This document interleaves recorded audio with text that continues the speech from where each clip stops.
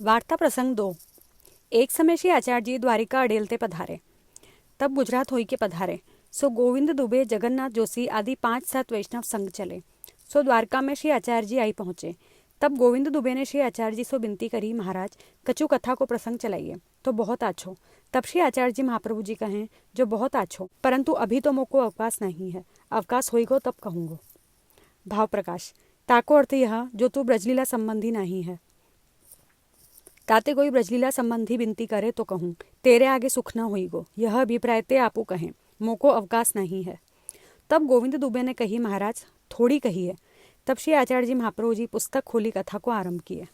इतने में श्री रणछोड़ जी आई, गोविंद दुबे सो वार्ता करन लागे। सो गोविंद दुबे श्री रणछोड़ जी सो वार्ता करत मग्न है गए। यह न ज्ञान रहो जो श्री आचार्य जी कथा कहते हैं, मैं वार्ता कैसे करूं।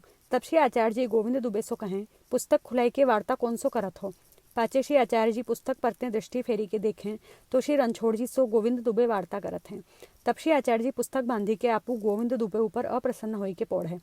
सो प्रातःकाल उठी के आपू जब रसोई करी, भोग धरी, भोजन किए, पाछे अपने खवास कृष्णदास मेघन सो कही, जो आजू पाछे हमारी थार को महाप्रसाद कहू, वैष्णव को मती दीजो, दामोदर दास हरसानी और तुम लीजो। सो पहले नित्य नेम सो श्री आचार्य जी की थार को महाप्रसाद वैष्णव लें, पाछे अपने हाथ को लेते। सो खवास ने ऐसे ही कियो।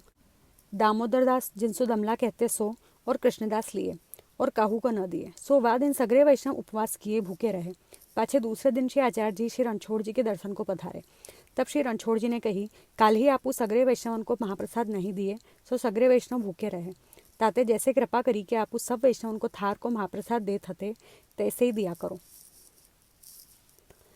भाव प्रकार। याको कारण यह, जो श्रीमुख की कथा सुनेगो तो व्रजलीला में मगन हो जाएगो, पाछे मेरे हाथ आएवे को नहीं। ताते गोविंद दुबे को वार्ता में लगाई कथा सुनन न दिए। और जो कोई कथा वार्ता करे ता समय जो कोई बात करे तो जाको मन कथा में होई, वाके मन में बड़ो दुख होई। जैसे सुंदर मधुर भोजन करत कंकर दांत नीचे आवे, दुख होई, तैसे ही कथा में कोई और के बोले, दुख होई। तब श्री आचार्य जी अप्रसन्न भय, रसाभास भयो, आपू को रस मुड़्यो हतो, सो अंतर ध्यान है गयो। पाछे आप पुस्तक बांधी पोढ़ी रहे।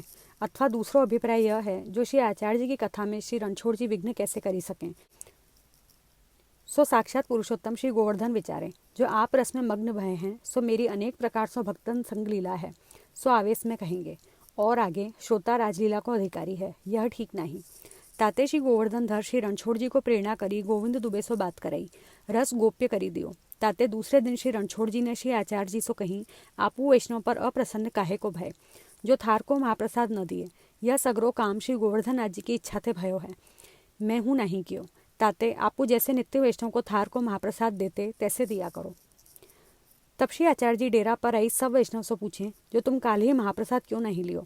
तब सगरे वैष्णव ने विनती करी, महाराज काल ही थार को महाप्रसाद नहीं पायो, ताते नहीं प्रसाद लियो। तब श्री आचार्य जी कहें, थार को प्रसाद तो देतो नहीं, परंतु तुम्हारी सिफारिश बड़ी ठोरते भई, ताते देऊंगो। भाव प्रकाश। या को अर्थ यह, जो तुम्हारो दोष नहीं है, यह काम सब प्रभु की ओर ते भयो, ताते महाप्रसाद देऊंगो। तब सगरे वैष्णवन ने विनती करी, महाराज हम आपू के चरणारविंद सो लागे हैं, हमारो भलो होईगो, सो आपू करोगे। तब श्री आचार्य जी अपने खवास को आज्ञा दिए, जैसे नित्य थार को महाप्रसाद सबको देत, तैसे दिया करो। तब खवास ने महाप्रसाद दियो। तब सगरे वैष्णव महाप्रसाद लियो। पाछे कछुक दिन द्वारिका में रही। पाछे श्री रणछोड़ जी सो विदा हुई, अडेल पधारे। तब सगरे वैष्णव अडेल ताई संग आए। पाछे सगरे वैष्णव विदा हुई, अडेल ते श्री आचार्य जी को दंडोत करी अपने अपने घर आए। तब गोविंद दुबे अपने घर खेरालू आए। भाव प्रकाश। सो श्री रणछोड़ जी के कहे थे महाप्रसाद दिए, परंतु गोविंद दुबे संग रहे, तहाँ ताई कोई कथा न कहे, सो अधिकारी बिना वार्ता को रस न हुई, यह जताए।